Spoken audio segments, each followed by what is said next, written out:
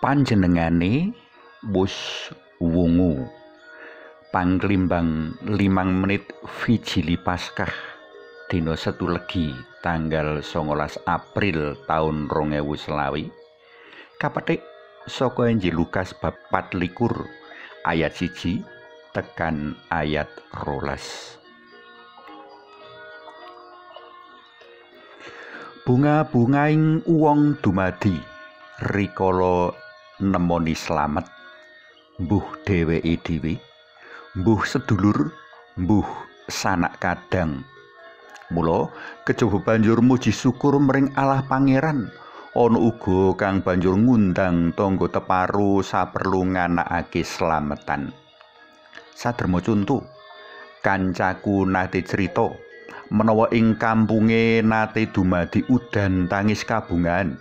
Rikala salah sawijining warga kang sawetara taun lawase kaanggep tiwas dipangan macan, jebul meger-meger waras wiris. Dheweke teka meneh ana kampung saperlu nyatakake menawa dheweke isih urip. Akeh kang nganggep menawa sing bali kuwi roe, nanging bareng wong mau bisa mangan lan ngombe, lagi padha percaya. Warta kabungan kaya cecala uga kaseksekake dening Santo Lukas ing waosan dina iki. Warta kabungan bab wungu dalem Gusti Yesus, dalan urip kalanggengan wong Katolik mligine sarta para pendherek dalem Gusti sumrambahi. Prastawa iki banget ing wigati jer mujudake jonggol utawa tonggak kapitayan wong Katolik. Monggo sami kapirsani donga kawula pitados. Gene kowe padha goleki wong kang urip ing antarane wong mati. Panjenengane ora ana kene, panjenengane wus wungu. Mengkono panyaruwene paraga loro kang semlorot rasukane marang wanita loro kang dheke suumun-umun wis kedungsangan ketuguwa papan Gusti Yesus kapetak. Sawijining warta kang ngagetake sarta gawe gumun.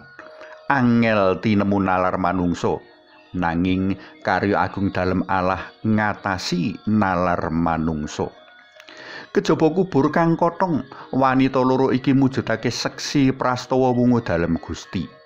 Luwih saka iku, paraga loro sumlorot rasukane, mbuh kuwi bleger malaikat saka swarga, mbuh bleger Nabi Elia lan Nabi Musa kang biyen nate manggi Gusti Yesus ing Tabor, tansaya mikuat prastawa wungu dalem Gusti. Menawa kita nyetitake kitab suci, akeh paseksen liya kang mikuat prastawa wungu dalem, luwih-luwih bab wecan dalem Gusti sadurunge prastawa sangsara lan seda dalem dumadi. Putraning manungsa bakal nyangga sakeh urip rekoso, tinampik dening tuwa-tuwaning bangsa Yahudi, imam-imam kepala lan para ahli Taurat, sinidanan lan kawungokake ing dina katelu. Monggo sami kapirsani Injil Lukas bab 9 ayat 22. Para tresna pelem kinasih ora gampang asrah percaya marang prastawa kang kaya ora tinemu nalar, luwih-luwih dumadi 100 taun kepungkur. Nanging ora tinemu nalar ora ateges ora bisa dipercaya. Sabda dalam Gusti ing kitab suci kang ing kono rancangan karya kaselamatan dalam Allah gemelar, wecan para nabi prajanjian lawas, sarta pengalaman para wanita uga para rasul dalam Gusti mujudake seksi utama prastawa wungu dalem kang ora bisa dibantah. Santo Petrus ing serate ngandhakake liwat wong saleh, para nabi uga para pangripta kitab suci Allah mahyokake karsa dalem. Monggo sami kapirsani serat kapindho Rasul Petrus bab 1 ayat 20. Mula wis pantes lan prayoga kita padha suka lan gembira.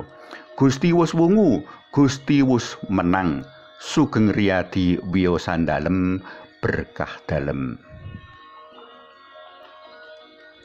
Suwawi sami munjuk kunjung asma dalem Yang Rama Sang Yang Putra tuwin Yang Roh Suci.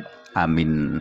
Alamo agung kawula munjuk sembah nuwun awit karya kaslametan dalem ingkang dumados wonten pangorbanan inggo wungu putra dalem.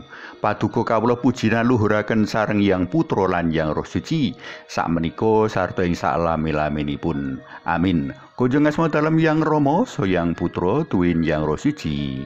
Amin.